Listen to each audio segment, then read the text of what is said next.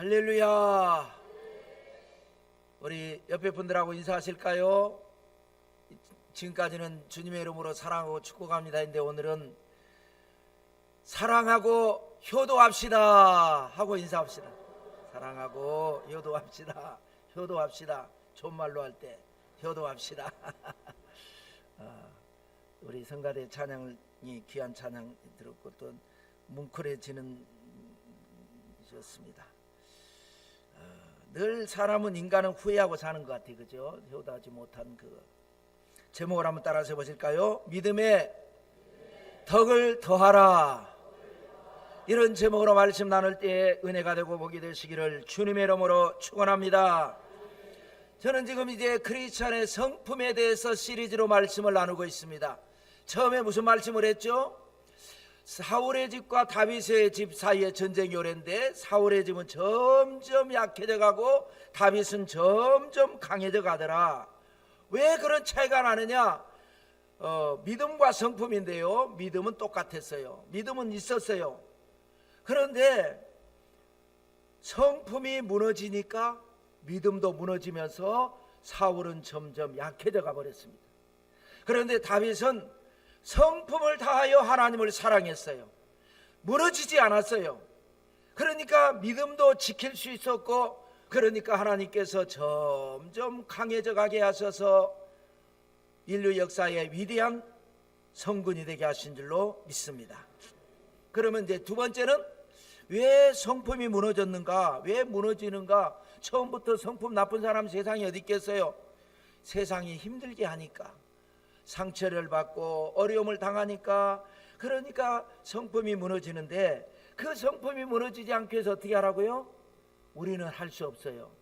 우리는 죄성이 있기 때문에 하나님의 형상과 모양대로 지음받은 선한 성품도 있지만 선악과를 따먹고 불순종함으로 하나님 앞에 범죄해서 마귀의 이 수하에 들어가 버렸기 때문에 죄성이, 죄의 DNA가 있기 때문에 마음에는 원인데 마음대로 안 되는 거예요.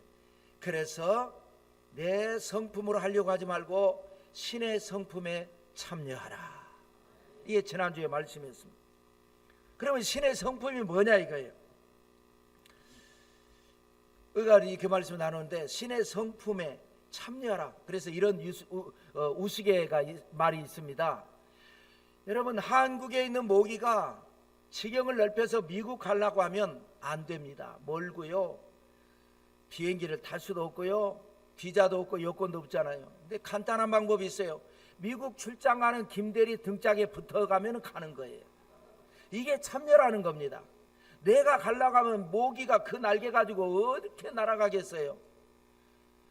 하나님의 성품에 참여하라는 게 뭐냐? 내 성품은 안 되는데 믿음으로 참여하면 희한한 역사가 일어나서 된다라는 거예요. 하나님이 선하신 것처럼 나도 선하게 살려고 아무리 노력해도 안 돼요. 그런데 하나님의 성품에 참여하면, 이 영적 비밀을 알면 역사가 일어나는 거예요. 하나님이 거룩하신 것처럼 나도 하나님의 거룩에 참여하는 거예요. 이게 참여라는 겁니다. 이 참여의 헬라 원어를 보면요, 코이노노스라는 단어를 썼습니다. 헬라어죠. 공유하다, 나누다, 이런 뜻입니다. 같이. 그러니까 신의 성품에 참여한다는 게 뭐냐? 신의 성품을 같이 나눈다, 같이 신의 성품 안에 들어가고 공유한다, 이런 말씀입니다. 초대교회에 이제 사도 시대가 있고 그 다음에 사도들이 다 죽고 난 뒤를 교부 시대라 그럽니다. 그 교부 시대에 유명한 아타나시우스라고 하는 교부가 있었어요. 그 교부가 주장한 교리가 바로 신화교리입니다. 신처럼 화 된다 이거예요.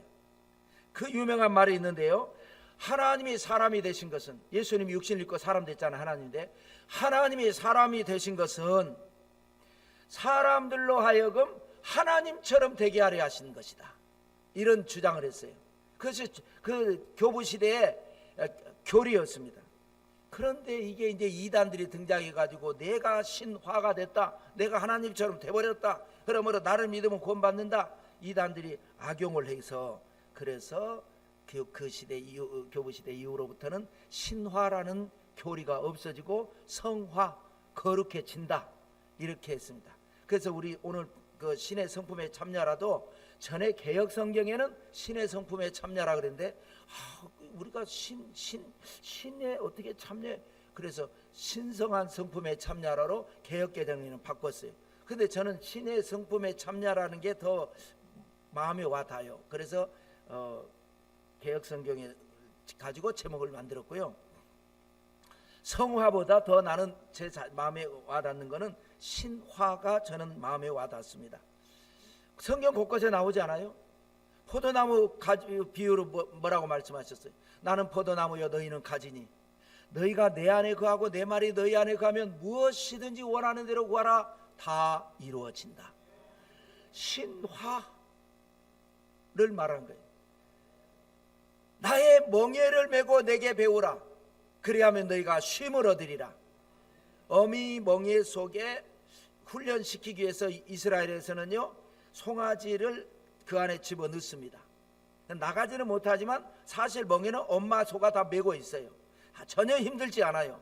엄마 가는 대로 따라만 가면은 되는 거예요. 하나님이 다 하셨어요. 그냥 우리는 하나님에게 참여하고 믿음으로 함께하면 역사가 일어날 줄로 믿습니다. 그러면 신의 성품이 뭐냐 한번 오늘 본문을 볼까요? 7가지가 여기에 기록되어 있습니다. 5절, 6절, 7절인데 같이 읽겠습니다. 그러므로 너희가 더욱 힘써 너희 믿음의 덕의 지식을, 지식의 절제를, 절제의 인내를, 인내의 경건을, 경건의 형제 우애를, 형제 우애의 사랑을 더하라. 더하라 그랬습니다. 믿음의 첫 번째 그게 성품이 뭐예요? 덕입니다. 덕의 두 번째는 지식, 지식의 절제, 절제의 인내, 인내의 경건, 경건의 형제 우애, 형제 우애의 사랑을 더하라. 이것이 하나님의 성품이다. 너희가 참여해야 할 하나님의 성품이다. 그래서요 우리 동양에서도 공자, 맹자, 순자, 노자 다 덕을 강조했습니다. 우리 서양 철학에서도 덕을 강조했습니다. 사람이 짐승과 다른 게 뭐냐? 덕이라는 거예요. 덕. 사람은요 원래 욕망을 추구하는 존재입니다. 무엇을 먹을까? 무엇을 마실까? 무엇을 입을까? 욕망을 추구해요. 거기에 더하는 게 뭐냐? 덕입니다. 덕을 추구할 때 사람이 보다 더 아름답고 존귀하고 훌륭한 사람이 될 줄로 믿습니다. 그래서 덕이라는 게 수없이 많죠. 그런데 몇 가지만 제가 받은 은혜대로 나누려고 합니다. 첫째로 따라서 보실까요? 입술의 미덕. 여러분들에게 있게 되시기를 주님의 이름으로 축원합니다. 사람은요 얼굴보다 말로서 더 기억이 납니다. 말 한마디로요 평생 힘을 얻기도 하고요 말 한마디로 평생 지워지지 않는 상처를 받기도 합니다. 그래서 말을 잘해야 돼요. 칼에 베인 상처는 쉽게 낫습니다. 약 바르고요 좀만 있으면 나아요. 없어져요. 상처도 흉터도 없어요. 요즘은 약 좋아하고 약 잘 바르면요 흉터도 없어져 버려요. 그런데 말에 베인 상처는요 아물지가 않아요. 약이 없어요. 그래서 우리 속담에 말 한마디로 천냥빚을 갚는다라는 말도 있습니다.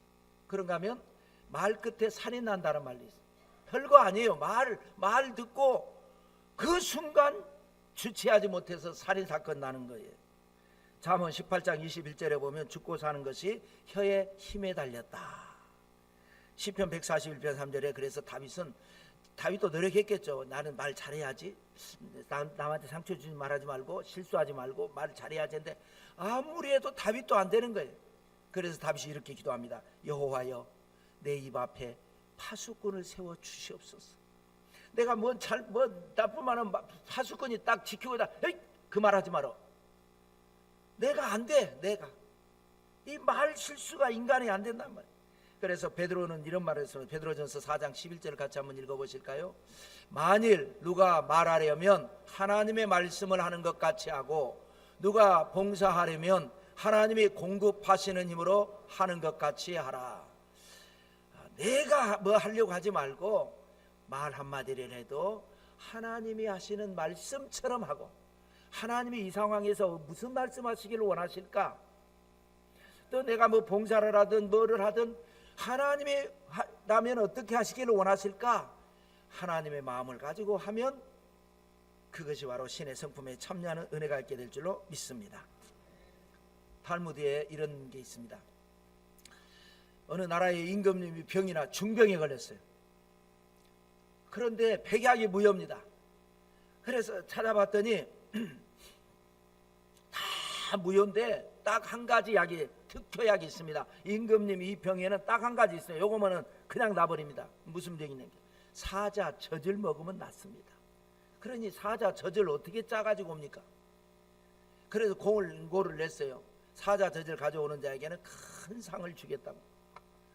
그랬더니 어느 나무꾼이 보고 용기를 내서, 내가 지금 이렇게 아무리 나무를 하고 노력을 해도 이렇게 힘들게 사는데 내가 사자 젖을 구해가지고 가서 임금님한테 상을 받아서 내 팔자를 좀 고쳐봐야 되겠다.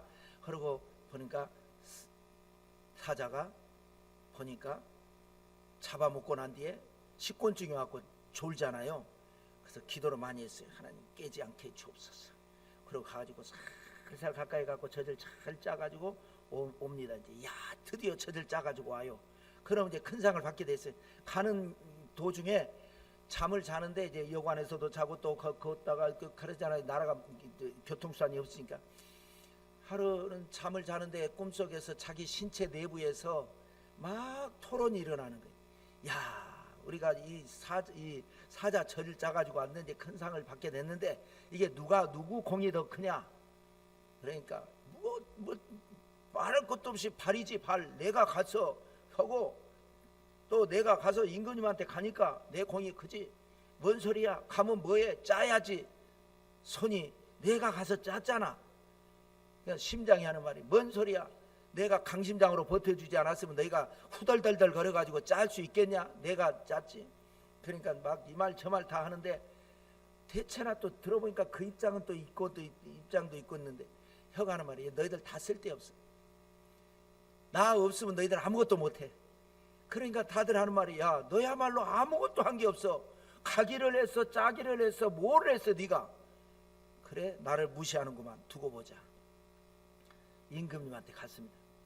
임금님이 그래, 이것이 무엇이냐니까 예, 계젖입니다. 그러니까 손이고 발이고 심장이고 아이고 이거 큰일 났다. 죄송합니다.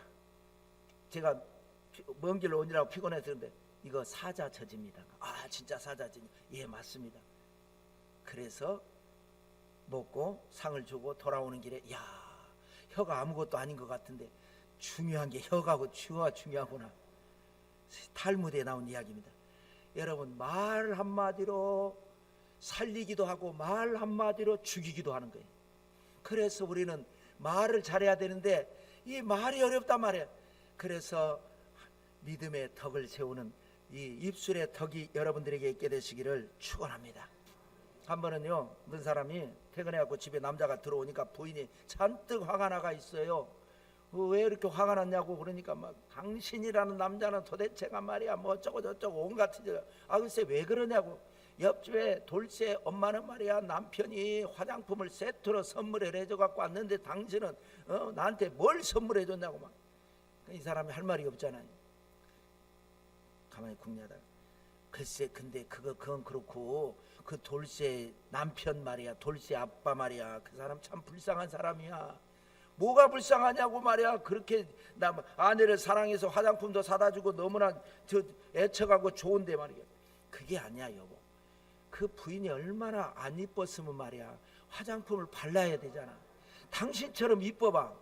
화장품 안 발라도 이쁜데가 입이 요만큼 찢어지다니까. 밥 안 먹었지? 말 한마디로 지금까지 기분 나빴던 부인이 그냥 다 풀려버렸어요. 여러분들도 이용해 먹으시기 바랍니다. 말 잘하면 다 용서됩니다. 말 잘하면 모든 것이 해결됩니다. 입술의 미덕. 그런데 말을 덤벙덤벙 상처 주는 말을 상처 주는 입술의 은사를 가진 사람이 있어요. 여기에는 없는데 저쪽에 한 2사람 있어요. 아주 은사야. 콕콕 찔러대. 우리는 그러지 아니하고 입술에 덕을 세우시기를 축원합니다. 두 번째로는요, 따라서 보실까요? 존중의 미덕. 세상에 나쁜 풍조가 하나 있습니다. 세상이 그렇게 돌아갑니다. 점점 갈수록 그럽니다. 그게 뭐냐? 남을 함부로 깔보고 무시하는 거. 그런 게 많아요, 요즘.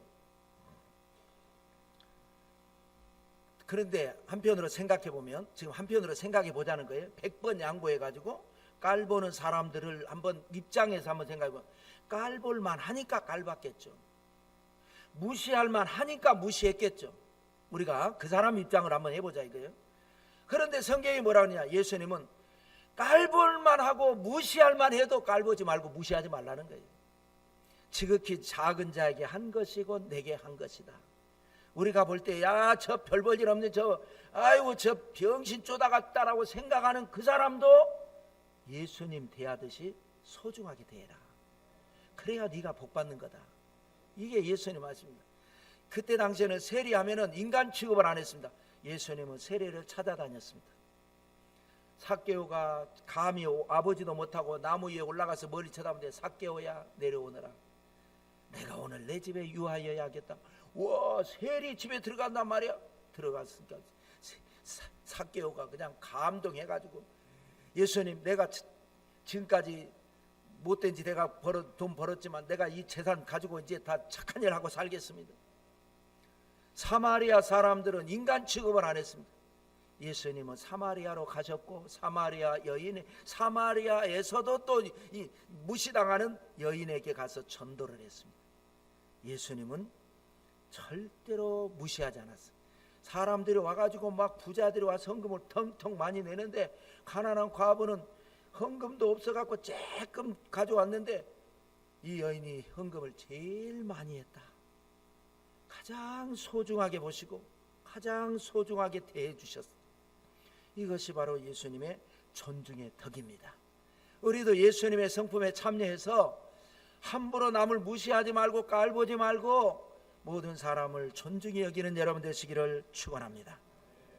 빌립보서 2장 3절을 한번 읽어볼까요? 시작. 아무 일에든지 다툼이나 허영으로 하지 말고 오직 겸손한 마음으로 각각 자기보다 남을 낮게 여기고, 각각 자기보다 남을 낮게 여기고. 근데 이게 시옷이어야 되는데 어떤 사람은요 지읒을 넣어버려요. 낮게 여겨. 그러면 된다 안 된다? 안 됩니다. 할렐루야. 다 나보다 훌륭해요. 나보다 좋은 점을 바라보면서 그렇게만, 그런 마음, 그게 예수님의 성품에 참여하는 건데, 그렇게만 되면요 내가 누구하고든지 부딪힐 일이 없어요. 남을 낮게 여기니까 부딪히는 거예요. 낮게 여기시기를 주님 이름으로 축원합니다. 사무엘상 25장에 보면 그 유명한 그 갈멜의 부자 나발과 그 부인 아비가일 이야기가 나오죠. 이 나발은요, 그때 당시는 다윗이 도망자의 생활을 하니까 그야말로 깔볼만하고 무시당할만 합니다. 그래가지고 얼마나 깔보고 무시했는지 다윗이 성질이 나가지고 이놈의 집안을 내가 나발의 집에 다 싹 죽여버려야 되겠다. 아주 그런 사람이 아닌데 너무 자존심에 상처를 입으니까 야, 부하들한테 칼 다 차라. 그리고 아주 내일 아침에까지 나발 집에 남자 중에 살아있는 자가 있으면 내 손에 장지이다. 내가 아주 저주받아도 된다. 맹세까지 하고 칼을 차고 가는데, 그 부인 아비가일은 나귀를 타고 쫓아와가지고 하인들 시켜서 바리바리 먹을 거 싸가지고 와서 엎드려서 하나님께서 반드시 당신을 위해 든든한 집을 세우실 날이 올 겁니다. 그날을 위해서 오늘의 이 화를 푸십시오. 오늘 여기에서 피를 흘리면 그때 가서 반드시 후회할 날이 올 겁니다.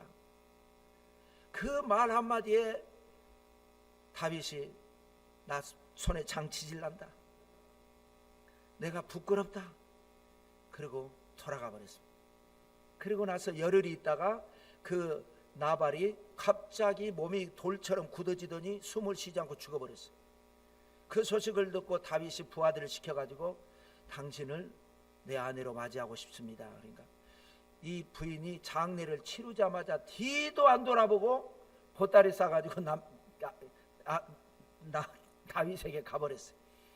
그래서 도망자의 아내가 됐지만 얼마 있지 않아서 다윗이 왕이 되고 이 지혜로운 여인은 왕비가 됐어요. 이게 뭐냐? 존중의 미덕의 축복입니다. 존중이 여기는 사람은 반드시 하나님이 갚아주십니다. 상대방이 깔볼만 해도 존중이 여기는 거예요. 그게 나의 인격이고 나의 성품인 거예요. 할렐루야. 요즘은 이제 이 의자가 등이 다 이렇게 막혀져 있잖아요. 전에는 뚫려 있었습니다. 기억나시나요? 등 쪽만 있지 허리 쪽에는 없었어요. 그러니까 이 뒤에 앉으신 분이 이 보면은 이렇게 가만히 앉아 있으면요, 피가 밑으로 내려가서 다리가 붓는 경우가 있어요. 그래서 이 발을 안에다가 쑥 집어 넣는다고. 그러면 옆에서 이제 영문 모르고 있다가 가만 보면은 뭐가 구수한 냄새가 난 데다가 뭐 이렇게 하다 만지다 보면 팔을 만져지니까 놀래가지고 아유, 그러면 아유, 내가 조금 발이 좀 불편해서 뻐덕기로 서니 뭘 그걸 갖고 같은 믿음의 식구들끼리 그러니 저러니 하냐고 말이야. 그래가지고 둘이 머리끝댕이 자꾸 싸우고 난리가 났어. 그래 내가 이제 가가지고 얘기를 했죠. 자기는 이게 너무 그래서 그러니까 하나님이, 내가 기도하니까 하나님이 괜찮다고 하셨다는 거예요. 그래 내가 그게 믿음입니다. 참 믿음이 좋으시네요. 그런데 성경에 뭐라 그랬어요? 믿음만 가지지 말고 믿음의 덕을 더하라고 그랬잖아요. 그러면 이게 이 뒤에 앞에 사람이 내가 발을 뻗어서 그 사람이 기분이 나쁘고 그것 때문에 교회 안에서 머리끄댕이 잡고 싸우면 그게 하나님께 덕이 됩니까? 교회에 덕이 됩니까? 성도들에게 덕이 됩니까? 안 됩니까? 그러니까 믿음으로만 하니까 안 되는 거예요. 믿음의 덕을 더하라고 그랬잖아요. 덕이라는 것은 남을 존중히 여기고, 내 생각은 이렇지만, 내 입장은 이렇지만 남의 입장을 거기에 세워서 양보하고 배려하고 그리고 참고, 그런 게 아니겠어요? 이게 여러분 바로 존중의 덕이라고 하는 겁니다. 저는 여러분 목사도요, 여러분들이 교회에 나오는 이유가 뭡니까? 은혜를 못 받으면요, 교회 신앙생활이 힘듭니다. 목사도 여러분 은혜를 받아야 돼요. 은혜가 떨어지면요, 설교하기도 싫고 목회하기도 싫고 어디론가 멀리 가고 싶어요. 그런데 제가 지금까지 목회하면서 보니까 우리 산정형 교회는 너무 은혜로운 교회예요. 물론 뭐 흠도 있고 있겠지만 전체적으로 제가 지금까지 봤을 때 너무 제가 은혜를 받습니다. 교회에서 제일 문제 많은 부서가 어딘지 아세요? 성가대입니다. 말도 많고 탈도 많고 시기질투도 많고, 그 다음에 찬양 인도하는 사람들, 그 다음에 주방, 아주 골치 아픈데요. 근데 다 그런 건 아니에요. 근데 한두 사람이 그래가지고 전체가 그렇게 느껴지는 거예요. 근데 제가 우리 산정이 와서 보니까 우리 성가대가 너무 은혜스러워요. 아무 문제가 없어. 조용히 자기 할 일하고 찬양도 너무 은혜롭게 잘하고 실력도 있고, 그리고는 말도 없고 탈도 없어. 제가 내 빈말이 아니고 내가 작정하고 나 오늘 설교 잠깐 중단하고 간증하는 거예요 지금. 이게 막 교회 안에서 말이죠, 자기들끼리 싸워갖고 싸우면 어떻게 하는지 아세요? 지 편 들어주라 그런다고. 또 내가 누구 편 드냐고. 그러면 설교할 때요, 이런 사람들 앞에 내가 뭐 설교할 필요가 있나 막 시험 든다니까. 그런데 너무 은혜롭지. 우리 찬양팀들도 정말 이름 없이 빛도 없이 어떨 때는 저녁 늦게까지 와가지고 다 준비하고, 여기 그냥 서는 게 아니라 우리 주일 찬양팀, 수요 찬양, 금요 찬양, 다 주일 오후 찬양 너무 은혜스러워요. 그게 이 할렐루야. 찬양 성가에서 원래 아멘 잘해요. 할렐루야. 그래서 내가 좋아해요. 주방도 보면요, 아주 말이 없어. 말이 그냥 열심히 하고 그래서 내가 기도하는데요, 8월달 가장 더울 때는 앞으로 남자들이, 나도 하려니까 남자들이 설거지 합시다. 8월 한 달은 박수를 해버려. 박수를 시원찮아. 맨날 여자분들만 하는데 그래도 양심이 있으니까 에어컨도 사다 주고 하셨더라고. 자기 돈 들여갖고 몇몇 분들이 뜻을 모아갖고 그것만 갖고 안 돼요. 그때는 얘기 들어보니까 에어컨도 그쪽에는 없어.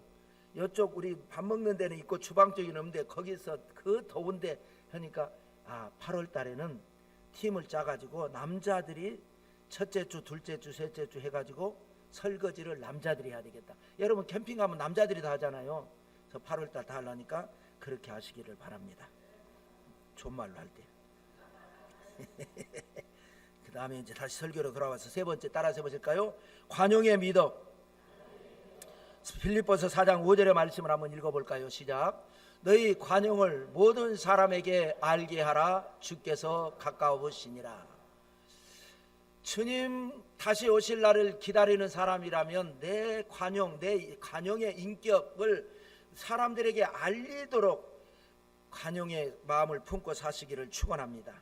야박한 마음, 인색한 마음이 아니라 너그럽고 따뜻한 마음, 이게 바로 신의 성품이고 우리가 참여해야 할 나의 인격이고 나의 품격이 됩니다. 특별히 디모데전서 3장 3절에 보면요, 교회의 직분자는 뭐라고 그러는지 아세요? 오직 관용하며. 관용하지 않는 사람, 성품적으로 뭔 일 있으면 까탈스럽게 트집 잡고 왜 이랬냐 저랬냐 하는 사람은 절대 직분 주면 안 돼요. 어떤 잘못된 일이 있어도 기도하면서 품고 용서하고 사랑하는 사람을 직분자로 세워놓으면 그 교회는 그야말로 할렐루야입니다. 뭐든지 잘 되게 돼 있어요. 꼬장꼬장한 사람은 직분 주면 안 됩니다.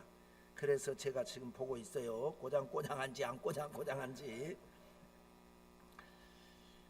여러분, 춘추 전국시대 유명한 인물 중에 맹상군이라고 하는 인물이 있습니다. 삼천식객을 거느린 사람. 맹상군 하면은 삼천식객 이렇게 나옵니다. 이 사람이 원래 왕족인데 서자입니다. 그 옛날 그 시절에 서자는 사람 취급 안 하잖아요. 자식 취급을 안 하잖아요. 그런데 얼마나 똑똑하고 얼마나 훌륭했는지 가문에서 인정받고 아버지한테 인정받아갖고 아버지 재산, 왕족이니까 재산이 많으니까 정실 자식들이 다 제껴놓고 서자인 이 맹상군에게 재산을 물려주고 그 맹상군은 그 재산을 가지고 어려운 사람을 돕는 일에 많이 썼습니다. 그러다 보니까 3,000명이나 거느리고 사는 거예요.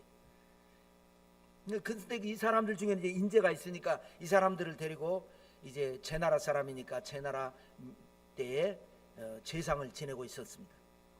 그런데 이제 이 3,000식객을 먹여 살리려다 보니까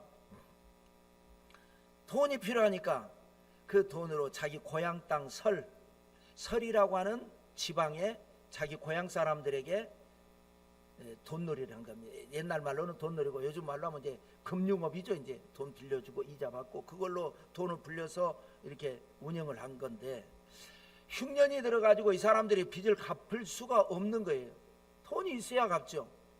그런데 이 3,000식객 중에 아주 재주가 좋은 사람이 있어요. 풍환이라고. 그 사람이 제가 가서 수금해 오겠습니다. 가서 수금이 안 되니까 아유 자네라면 내가 믿지. 가서 수금해 오게. 가려고 하다. 근데 돈 수금하면은 그 돈으로 뭐 사올까요? 여기 없는 거 사와야지. 중국은 나라가 넓으니까 거기에 특산품을 여기 사가지고 와서 여기에서 비싸게 팔고 또 그것도 이제 재테크가 되니까 여기 없는 거 사와야지. 알았습니다. 가가지고 마을 사람들 다 모아서 집합시켰어요. 여러분들 흉년에 얼마나 고생이 많습니까? 저 갚을 돈 있습니까? 아유 돈 없습니다. 갚을 수가 없어요. 먹는 것도 힘들어 죽겠습니다. 그렇죠. 그거 아시고 우리 주인께서 여러분들 빚 다 탕감해 주라고 그랬습니다. 그래가지고 모닥불 피우더니 거기에다 야 이거 아무개 이거 빚이죠. 다 태워버립니다. 아무개 이거 이제 없습니다. 이제 다 태워. 와 박수치고 난리가 났어요. 그리고 이제 빈술에 가지고 온 거예요. 멀리서 보니까 술에 잔뜩 싣고 와야 되는데 빈술에 들고 왔어요. 뭐 사왔나? 수금이 안 됐나 보지? 아니요, 수금은 아주 잘 됐습니다. 그래? 그런데 왜 여기 없는 거 사오라 그래가지고.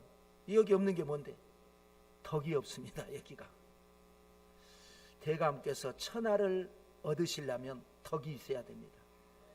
다 있어요. 여기에는 부족한 게 없습니다. 덕이 부족합니다. 그래서 덕을 사가지고 왔습니다. 그러니까 성질은 나지만 말이 옳잖아요.